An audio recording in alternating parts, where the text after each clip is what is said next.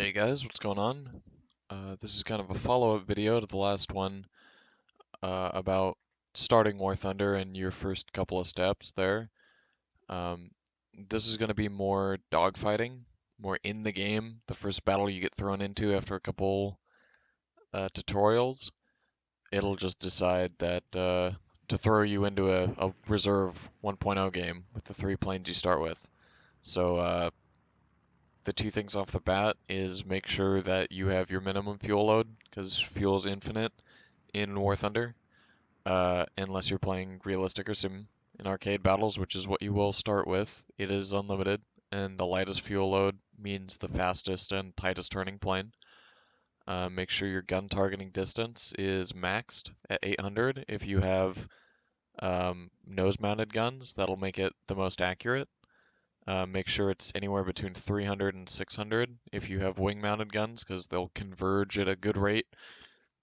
I have stealth rounds loaded because I prefer them. They do more damage and they don't show other people where your bullets are gonna be or where they're getting shot from.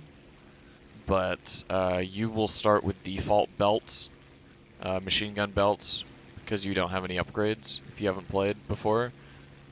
So just keep that in mind. You'll see tracers. I will not, because I don't have them on. This video is basically just to give you an example of what your first match of War Thunder is going to look like and how you should generally try to play it. I'm playing as the Russians because in my last video I said play with the Russians, and there's a very good reason for that.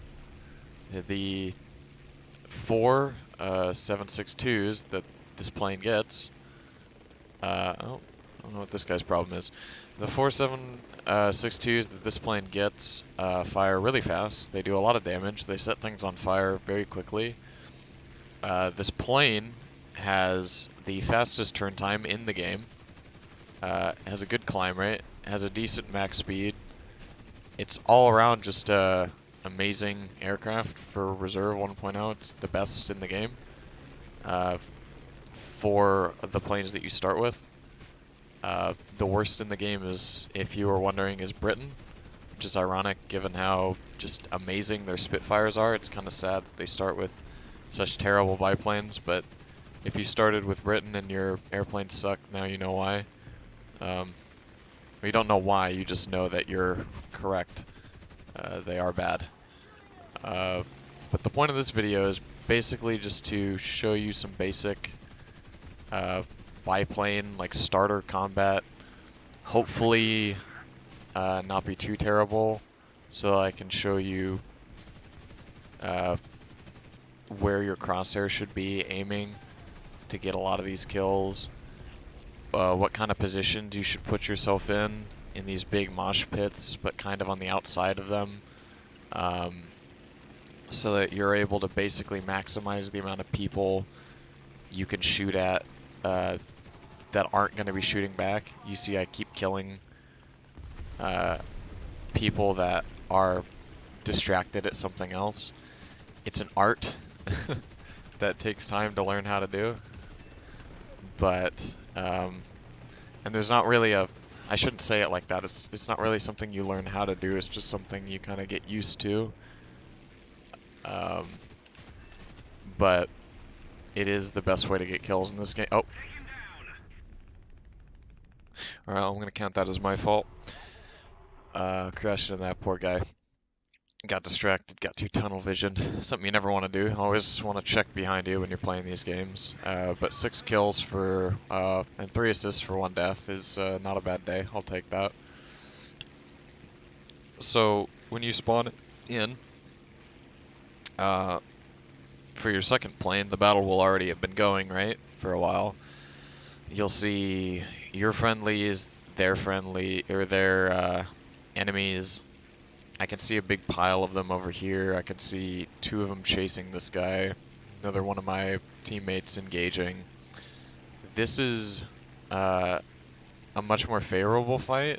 Like, I'm not going to die if I go over here because I have so many teammates, but because I trust myself and I trust my aim, and I trust how good my plane is and my ability to take advantage of that, I'm a little bit more confident in diving into a fight where I might not be favored in the odds department, um, just because I know that these guys are probably not as good of pilots as me. You know, they're all starting out, or they started out, and this is probably one of their first matches, or they're people like me that are playing down at this battle rating just to have an easier time.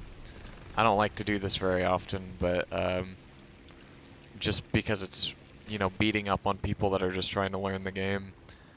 But for examples, for, you know, just as an example of how your first matches are gonna play out, what type of airplanes you'll be fighting, what kind of play styles you'll be going up against. This is a good baseline to judge all that stuff. And hopefully it's a bit of fun to watch too, because, you know, most of these guys are uh, at this battle rating tend to go down in a few bullets anyway. So you get quick, fun, exciting action. We got another big cluster, 5 people on 4 of them, with me coming into it.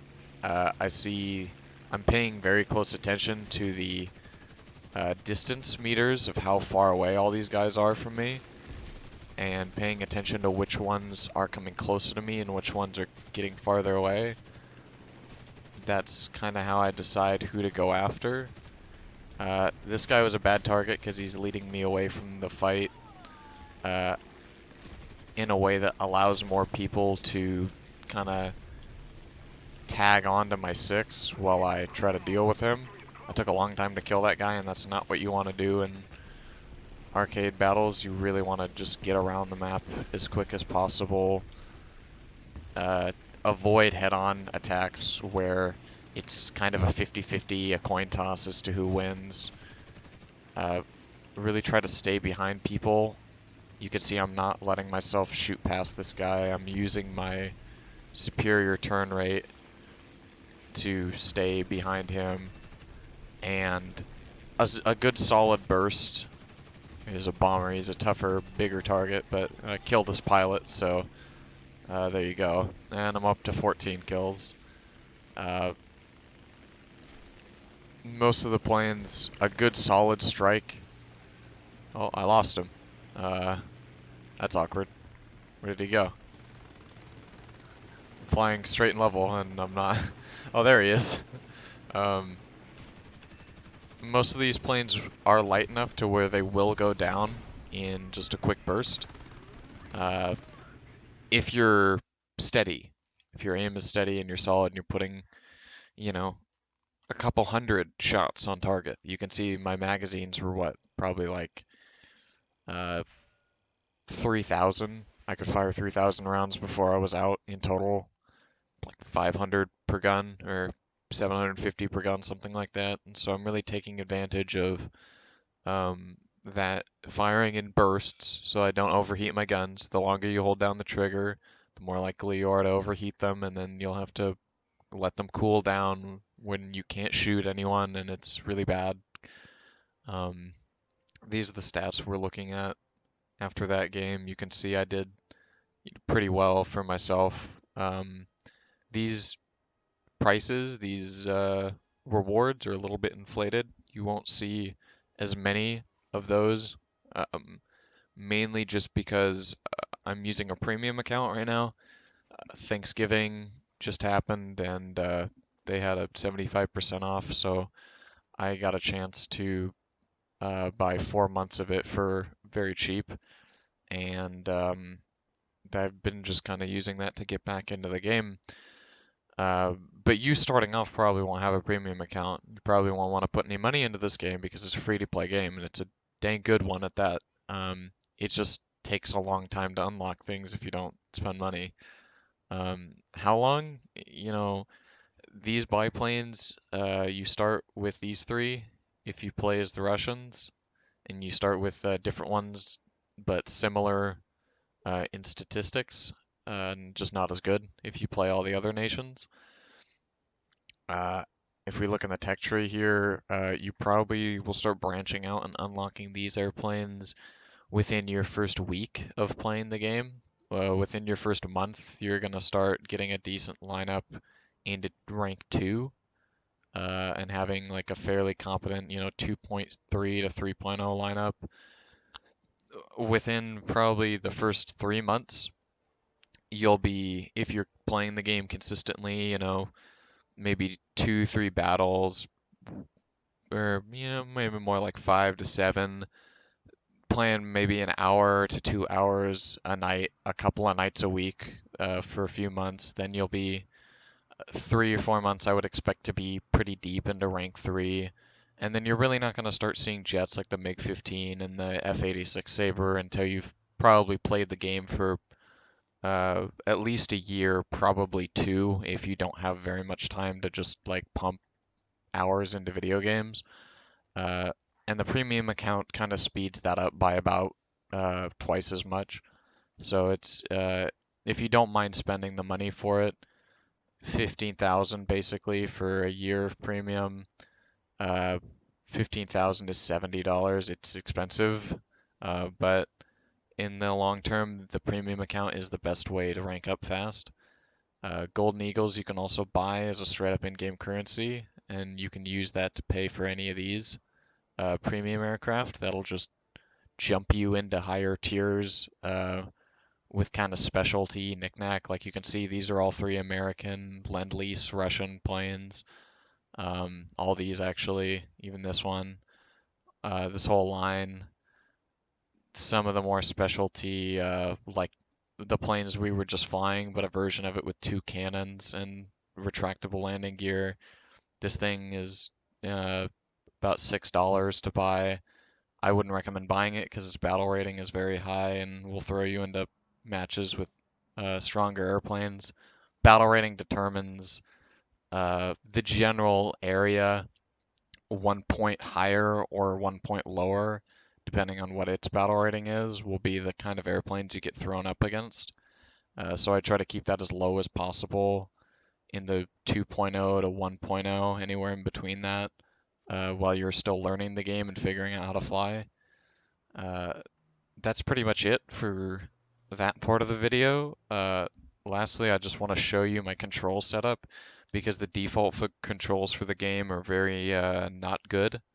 It's not user friendly. It's very uh, overwhelming at first. I've played the game a couple times on new accounts over at friends' house to kind of show them how to play, and it's awful, really, the way they have it set up.